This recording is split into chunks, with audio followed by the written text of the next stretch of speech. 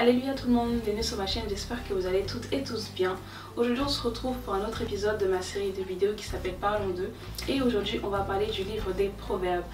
Contrairement à ce que je fais d'habitude, vu que dans le livre de Proverbes il n'y a pas forcément de personnages ou d'histoire en soi, aujourd'hui on va directement passer aux 5 leçons que j'ai trouvées dans le livre des Proverbes. 5 leçons que je voulais partager avec vous et qui m'ont très aidé et qui m'ont très édifié. Donc comme d'habitude, si le thème de la vidéo vous intéresse, je vous invite à regarder la suite. Alors la première leçon que je voulais partager avec vous, c'était au niveau des 12 esprits de Dieu qui mènent au salut. Dans Proverbe 1 du verset 1 au verset 9 et dans Proverbe 2 du verset 1 au verset 7, on se rend compte qu'il y a une liste d'esprits de Dieu, une liste de fruits de l'esprit ou une liste de vertus qui sont énumérées dans ces proverbes-là. Ces 12 esprits qui sont promis aux sages ou à ceux qui aspirent à devenir sages. Et selon ce qui est écrit dans le livre de Proverbes, quelqu'un qui est sage, c'est quelqu'un qui incline son cœur à la sagesse, à l'instruction de Dieu. C'est quelqu'un qui a décidé d'être soumis à Dieu et de ce fait de se soumettre à toutes les lois et aux différents commandements que Dieu nous a donnés à nous. Et en gros, la sagesse, de ce que j'ai compris dans le livre des Proverbes, c'est la capacité à garder et à mettre en pratique justement les connaissances, la science qui vient de Dieu, en tout cas l'instruction qui est donnée par la Bible. Les 12 esprits qui sont énumérés dans un proverbe et dans 2 proverbes sont la sagesse, l'instruction, l'intelligence, la justice, l'équité, la droiture, le discernement, la réflexion, la connaissance, l'habileté, la fidélité et l'intégrité. Et comme je l'ai dit tout à l'heure, ce sont des esprits qui sont promis à ceux qui aspirent à devenir sages, à ceux qui veulent être sages et à ceux qui veulent continuellement demander la sagesse auprès de Dieu. Parce qu'il est dit aussi que la sagesse est prête à être donnée à tout le monde. C'est un esprit, c'est une vertu et c'est un fruit de Dieu qui est prêt à être donné à tout le monde. Il faut simplement le demander à Dieu parce que c'est lui qui le détient, et il faut surtout le demander avec beaucoup de foi, avec beaucoup de soumission et en reconnaissant devant Dieu que sans la sagesse de Dieu, sans l'intelligence qui vient de Dieu, on ne peut pas évoluer. C'est pour ça que je disais que ce sont 12 esprits qui mènent au salut, parce qu'en les mettant en pratique, en mettant la sagesse, l'intelligence, l'intégrité, la droiture, la justice, l'équité, etc.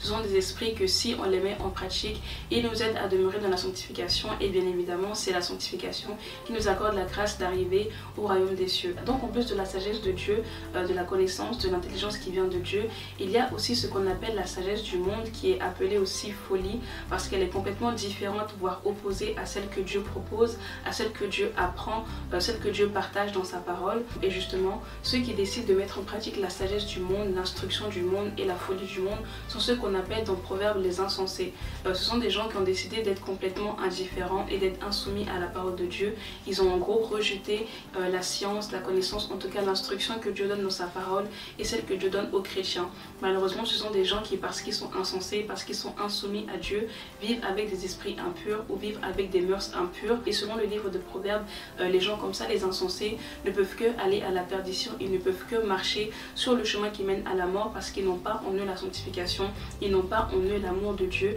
et ils n'ont pas en eux la soumission et l'intelligence nécessaires pour mettre en pratique les commandements de Dieu qui eux mènent à la vie éternelle. Donc je vous incite vivement à demander à Dieu, comme il est dit dans Proverbe, de demander à Dieu les 12 esprits qui viennent de Dieu, les 12 fruits, les 12 vertus qui nous aident au quotidien à marcher dans les voies de Dieu, que ce soit l'intelligence, la connaissance, la maîtrise de soi, la réflexion, l'habileté, etc. Ce sont des bonnes vertus qui nous aideront tout au long de notre vie chrétienne, de notre marche sur le chemin sur lequel Dieu nous a placés, à demeurer dans la sanctification, à demeurer sur les voies de Dieu et à constamment observer les lois en fait que Dieu nous a données, parce que selon le livre de Proverbes et selon la parole en général, ce sont des lois là qui sur le long terme nous aident à être justes devant Dieu, nous aident à être sanctifiés devant Dieu, nous aident à être justifiés devant Dieu, et bien évidemment c'est cette justification là qui mène au salut et qui mène au royaume des cieux. La Bible dit qu'il faut demander à Dieu les esprits, les fruits énumérés dans Proverbes, il faut les demander avec foi et en reconnaissant qu'on est pécheurs, en reconnaissant que nous sommes ignorants, nous sommes vraiment dans le besoin d'être instruits par Dieu, d'être éduqués par Dieu, et que seul Dieu et son Esprit Saint, l'Esprit de connaissance et de sagesse qui viennent de l'Éternel, peuvent nous aider à demeurer sur ses voies. La deuxième leçon que je voulais partager avec vous, c'était au niveau de la séduction, de la convoitise et des fréquentations. Et je vais vous emmener dans Proverbe 1 du verset 10 au verset 19, dans Proverbe 5 du verset 1 au verset 23 et dans Proverbe 7 du verset 6 au verset 27. Je vous incite vivement à aller lire les versets en question, mais en gros ils mettent en garde l'homme, le jeune homme, le chrétien, la chrétienne à faire attention à ses mœurs, à faire attention à ses fréquentations et à faire attention à la séduction que le diable utilise pour nous faire chuter. Le livre de Proverbes utilise l'image de la femme étrangère, la femme qui n'a pas reçu la même éducation la même instruction, la même sagesse que nous, l'individu en gros qui n'a pas les mêmes mœurs que nous. Et en plus de ne pas avoir les mêmes mœurs que nous, c'est des gens, c'est des hommes et c'est des femmes qui ont pour but de venir nous tenter et de nous emmener à la perdition en nous faisant chuter. Et la fin du verset au contraire parle de la femme de la jeunesse, la femme qu'on a connue pendant notre jeunesse, ou si on est une femme, l'homme qu'on a connu pendant notre jeunesse, qui en gros a eu la même éducation que nous, a reçu la même instruction que nous et qui pratique les mêmes mœurs que nous. Le message un peu caché derrière ces deux femmes là, entre la femme étrangère et la femme de la jeunesse, c'est qu'en gros la femme étrangère a pour but de venir nous tenter et qu'elle est un peu envoyée par le diable, qu'elle loue elle-même le diable, qu'elle n'est pas sanctifiée et qu'elle n'est pas en Dieu, tandis que la femme de la jeunesse c'est quelqu'un avec qui on a grandi, qu'on connaît depuis longtemps et que justement l'ancienneté de cette femme là, la femme de la jeunesse est liée par le fait que on a reçu la même éducation et que par conséquent on loue le même Dieu. Et comme je vous avais expliqué dans l'autre épisode de Parlons d'eux, si on prend par exemple l'exemple du roi Salomon, dans sa vieillesse a été tenté et il a surtout chuté parce qu'il a été tenté, il a été séduit par les femmes étrangères qui l'ont poussé à aller adorer et à aller construire des idoles et des autels pour des dieux étrangers. Tandis que si par exemple le roi Salomon avait gardé auprès de lui une femme de sa jeunesse, une femme avec qui il avait grandi, une femme de sa famille ou de son palais ou du palais de son père, il serait certainement resté dans l'alliance à laquelle il appartenait. Il aurait continué peut-être à louer le Dieu d'Abraham, d'Isaac et de Jacob qu'il louait à l'origine. Dans sa vieillesse, là vu qu'il s'est laissé séduire et entraîner à la perdition par des femmes qui étaient certainement belles de figure, il est allé à la perdition et il s'est laissé entraîner par la femme étrangère dont il est mention ici dans Proverbe, dont il faut faire attention. Mais comme je vous l'ai dit tout à l'heure, la femme étrangère est un peu l'image, la personnification des mœurs étrangères, en fait, de la mauvaise mœurs, des mœurs du monde, des habitudes qui ne confessent pas le nom de Dieu et qui ne sont pas agréables aux yeux de Dieu. Donc ici c'est l'exemple d'une femme parce que c'est un jeune homme qui est entraîné par la femme pour aller à la perdition. Mais si vous êtes une femme, bien évidemment, dites-vous aussi que le diable peut utiliser des hommes pour vous emmener à la perdition. Il peut aussi malheureusement utiliser des membres de votre famille ou des amis, des collègues, etc. pour aller à la perdition. Donc c'est très important dans nos fréquentations, encore plus dans nos vies de couple, de se demander toujours si la relation, si ce qu'on fait à deux ou à plusieurs est agréable aux yeux de Dieu. Le livre des Proverbes dit que la femme étrangère, lorsqu'elle allait voir le jeune homme, l'a embrassé de force et l'a vu un peu comme un sacrifice et qu'elle avait la ruse dans le cœur. C'est comme ça que malheureusement des gens rusés, des gens qui sont envoyés par le diable pour nous tenter, viennent et essaient de nous déstabiliser, ils essaient de nous envoyer à la perdition et ils essaient eux aussi de nous tenter en nous forçant à faire des choses qui sont complètement interdites par nos dieux. Donc pour ne pas se laisser tenter, pour ne pas se laisser séduire ou pour ne pas aller à la perdition avec des gens envoyés par le diable, il faut souvent se poser la question, est-ce que déjà la personne, l'amitié ou la relation est agréable aux yeux de Dieu? Est-ce que c'est quelque chose que Dieu approuve? Et il faut simplement regarder aux mœurs de la personne pour voir si elles sont conformes à celles que Dieu attend de nous. Si vous voyez que les mœurs et les habitudes de ces personnes-là sont complètement différentes ou opposées à celles que nous, en tant que chrétiens célestes, on doit avoir, alors il faut à ce moment-là se détourner de ces personnes-là. Même s'il faut essayer au maximum de ne pas les juger, il faut aussi essayer de ne pas avoir les mêmes mœurs qu'eux, de ne pas fréquenter les mêmes endroits qu'eux et de ne pas pratiquer les mêmes choses qu'eux, parce que comme je l'ai dit, ce sont des choses qui sont contraires à Dieu de par le fait que ces gens-là soient étrangers à la loi de Dieu. Donc je vous invite à veiller sur vos voies, à faire attention à toujours demeurer dans la sanctification, dans la sagesse et dans l'intelligence et à rejeter toute relation, toute amitié ou peu importe qui viendront éventuellement du malin, des gens qui seront envoyés par le diable pour vous tenter et pour vous emmener à la perdition, des gens qui auront dans leur cœur le vice, la ruse et le péché dans le cœur. Tenez bon et faites attention à vos fréquentations, et si jamais vous avez des doutes, demandez à Dieu, est-ce que ces personnes-là sont bien pour vous, est-ce que ces personnes-là ont été envoyées par Dieu ou par le diable, et essayez au maximum de demeurer dans la sanctification et dans les voies sur lesquelles Dieu vous a placé. En tant que chrétien, on n'est pas amené à être avec tout le monde, on n'est pas amené à fréquenter tout le monde, on n'est pas amené à faire partie de la masse. Donc c'est à vous maintenant de sanctifier vos fréquentations, de sanctifier vos relations et de faire en sorte que le nom de Dieu soit loué, soit proclamé à travers vos relations. La troisième leçon que je voulais partager avec vous, c'était au niveau de l'importance des mots. Je vais vous envoyer dans Proverbe 10 du verset 11 au verset 14, dans Proverbe 15 du verset 1 au verset 4 et dans Proverbe 30 du verset 7 au verset 9. Ces versets-là mettent l'accent sur les paroles douces, les paroles bienveillantes, les paroles intelligentes, les paroles de sanctification et d'édification qui doivent sortir de la bouche des justes. Les justes, comme on l'a vu, c'est des gens qui craignent l'Éternel, c'est ceux qui décident de marcher selon les voies de Dieu, qui décident au maximum de rester dans la sanctification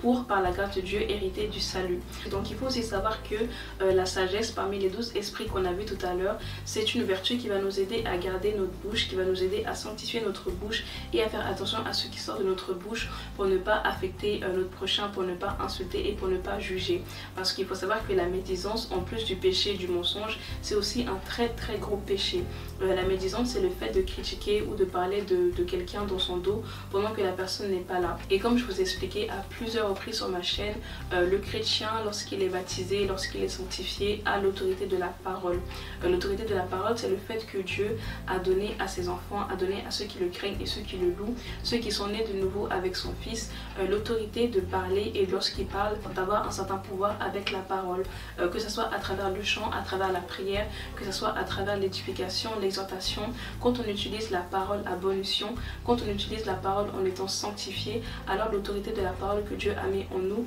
s'accroît et peut nous aider à faire des miracles et des prodiges juste avec la parole et avec les mots. Donc plus on demeure dans la sanctification, plus on fait attention à nos paroles et à ce qui sort de notre bouche, plus l'autorité de la parole que Dieu a mis en nous sera efficace et sera puissante. Tandis que de l'autre côté, si on utilise la parole, si on utilise notre bouche pour faire du mal ou pour dire du mal, pour dire des mensonges ou pour être dans la médisance, pour critiquer, pour insulter ou pour abaisser, alors là on n'a pas d'autorité de parole du tout. Il peut même être retiré si on est souvent en train de critiquer, si on est souvent en train de blasphémer. Dieu peut alors à ce moment-là retirer en nous l'autorité de la parole, retirer en nous la force de parler, de prier et d'opérer des miracles juste avec la bouche, et il peut même nous châtier si on est souvent dans la médisance, si on est souvent dans le jugement et dans la condamnation. Donc c'est important de faire attention à ce qui sort de la bouche. Oui, le mensonge c'est un péché, oui, le fait de dire de faux témoignages, le fait d'inventer des choses c'est un péché, mais le fait de médire contre quelqu'un, le fait de critiquer, le fait de juger, de condamner, de souvent pointer du doigt, c'est malheureusement aussi un péché, et c'est quelque chose qui malheureusement est très présent dans la communauté chrétienne, très présent même dans la communauté africaine. Donc il faut faire attention à ne pas utiliser notre bouche, à ne pas utiliser notre langue et notre verbe pour faire n'importe quoi. Il faut l'utiliser à bon escient en priant pour les autres et pour nous-mêmes, en priant pour le corps chrétien, en priant pour le monde en général, et surtout pour édifier, pour exhorter et pour annoncer l'évangile, pour faire en gros de bonnes choses et de choses positives. Donc faites attention à ce qui sort de votre bouche. Et si jamais vous voulez plus de détails, j'ai fait une vidéo qui s'appelle Chrétien céleste, sanctifie ta bouche, que je mettrai juste ici. Donc si jamais vous voulez plus de détails, je vous invite à aller regarder la vidéo en question. La quatrième leçon que je voulais partager avec vous, c'était au niveau des projets de l'homme. Et je vais vous emmener dans Proverbe 3 du verset 5 au verset 7, dans Proverbe 6 du verset 3 au verset 9 et dans Proverbe 19 au verset 21. Ces versets-là en question mettent l'accent sur la souveraineté de Dieu. La souveraineté de Dieu concernant les différents plans et projets qu'il a formés pour nous. Donc il faut savoir qu'à la création, Dieu a créé un plan pour nous, un plan de vie pour nous. Ensuite, il nous a créé et il nous a accordé par la suite le libre arbitre. Ce libre arbitre-là qui nous donne la possibilité de soit faire sa volonté, de soit demeurer dans la sanctification, de soit demeurer en Jésus-Christ, ou alors de faire ce qui est désagréable aux yeux de Dieu, de désobéir, de pécher et d'aller à la perdition. Et comme je pense que vous connaissez tous le verset, il est écrit dans Deutéronome 28 que Dieu met devant nous la bénédiction, la joie, la paix, et de l'autre côté il met la malédiction, la mort, les tribulations, etc. Et que c'est à nous en tant que chrétiens avec le libre arbitre de choisir en gros si on veut suivre Dieu ou si on veut aller à la perdition. Le point positif étant que si on obéit à la voix de Dieu, si on demeure sur ses voies et si on continue à l'aimer et à l'adorer, alors les projets de bonheur, de paix, de joie que Dieu a formés pour nous se réaliseront et on aura la victoire et la vie éternelle. De l'autre côté, si on décide de ne pas lui obéir et d'aller à la perdition, c'est que la mort, c'est que les flammes de l'enfer qui seront malheureusement pour nous. Raison pour laquelle Dieu insiste dans sa parole sur le fait que si on a des projets, si on a des désirs, si on veut mettre des choses en place, il faut d'abord le consulter lui, d'abord lui demander son opinion, son avis par rapport à nos projets, ensuite avoir son opinion, avoir son avis, si on fait preuve de discernement et de sanctification, et par la suite faire au maximum la volonté de Dieu, se soumettre à cette chose-là qu'il a décidé pour nous et faire au maximum ce que lui a prévu pour nous. Il est aussi écrit dans le livre de Proverbes que il n'est pas bon pour l'homme de s'appuyer sur sa sagesse, ce qui veut dire qu'il faut rarement prendre des décisions comme ça sur un coup de tête, commencer à réaliser des plans, à réaliser et à bâtir sans Dieu, parce que la Bible dit aussi que celui qui bâtit la maison sans l'Éternel bâtit en vain. Donc c'est pas la peine d'entamer des projets ou même des relations, d'entamer une famille ou des entreprises sans avoir eu l'accord de Dieu, parce que si Dieu n'est pas avec vous, s'il n'est pas avec votre projet et s'il ne l'a pas validé, c'est pas la peine, en tout cas selon moi, de commencer, de l'entamer, parce que il mènera nulle part. Tandis que si on a des projets, si on a des ambitions et qu'on va vers Dieu avec ces projets-là, qu'on va vers Dieu avec ses ambitions et qu'on attend son feu vert un peu, alors là on aura la confiance, l'assurance que ce projet-là pourra aboutir. Maintenant je tiens aussi à mettre l'accent sur le discernement, une fois de plus sur l'importance du discernement, parce qu'il ne faudrait pas manquer de discernement et s'arrêter par exemple en cours de route dans un projet en pensant que Dieu n'est pas avec nous ou que Dieu ne veut pas qu'on aille plus loin, tandis que ça peut être à contrario le malin qui essaie de nous empêcher d'avancer et de faire la volonté de Dieu. Il faut demander à Dieu le discernement en permanence pour qu'il puisse nous assister, pour qu'il puisse nous guider et que ce discernement-là qui vient de Dieu puisse vraiment nous aider à bâtir notre vie. De l'autre côté, il ne faut surtout pas prendre nos désirs pour des réalités, surtout si on est dans le péché ou on n'est pas dans la sanctification ou qu'on est dans la convoitise. Il ne faudrait pas commencer des projets ou entamer des relations parce que cela vient de notre cœur en pensant que c'est Dieu qui parle, que c'est Dieu qui valide ou que c'est Dieu qui approuve, alors que c'est pas Dieu qui parle, c'est pas Dieu qui valide ni qui approuve, mais c'est le cœur, c'est la chair et parfois même c'est le malin. Donc faire très attention à ne pas manquer de discernement ou à ne pas mal comprendre les révélations, les prophéties et les visions. En tout temps, demander à Dieu le discernement, et après le discernement, il faut demander des confirmations à Dieu que ce qu'on reçoit, ce qu'on a vu, ce qu'on a entendu vient bien de Dieu. Malheureusement, j'ai déjà vu plein de chrétiens entamer des projets ou des relations amoureuses en disant que c'est Dieu qui m'avait dit que Dieu était avec moi, et puis à la fin on se rend compte que ça n'a pas marché, ça n'a pas abouti à ce que ça devait aboutir, ça aboutit parfois même au péché ou à l'éloignement complètement de Dieu. Tout ça parce que les gens agissent souvent avec leur cœur, ils agissent souvent avec la convoitise, avec les désirs charnels et avec les passions, alors que c'est important de faire preuve de discernement, de discerner ce qui vient de Dieu et ce qui ne vient pas de Dieu, ce qui vient du diable et ce qui vient parfois de nos cœurs et de nos envies. Donc pour résumer ce que j'ai dit, quand vous avez des projets, quand vous avez envie de faire des choses ou de créer des choses, quand vous avez envie par exemple de vous mettre en couple ou de former un foyer, demandez l'avis de Dieu, essayez d'inclure Dieu dans vos décisions, d'inclure Dieu dans vos projets et attendez qu'il vous réponde, attendez qu'il vous donne le feu vert par le songe, par la vision, par le prophétie ou par des événements comme ça qui vont venir vers vous. Une fois que ces événements-là sont venus à vous, une fois que vous avez entendu Dieu vous parler par la prophétie, par le songe, etc., demandez toujours le discernement et ensuite demandez la confirmation que c'est bien Dieu qui a parlé, que c'est pas le malin qui a parlé, que c'est pas le diable qui a parlé ou que ce n'est pas le cœur,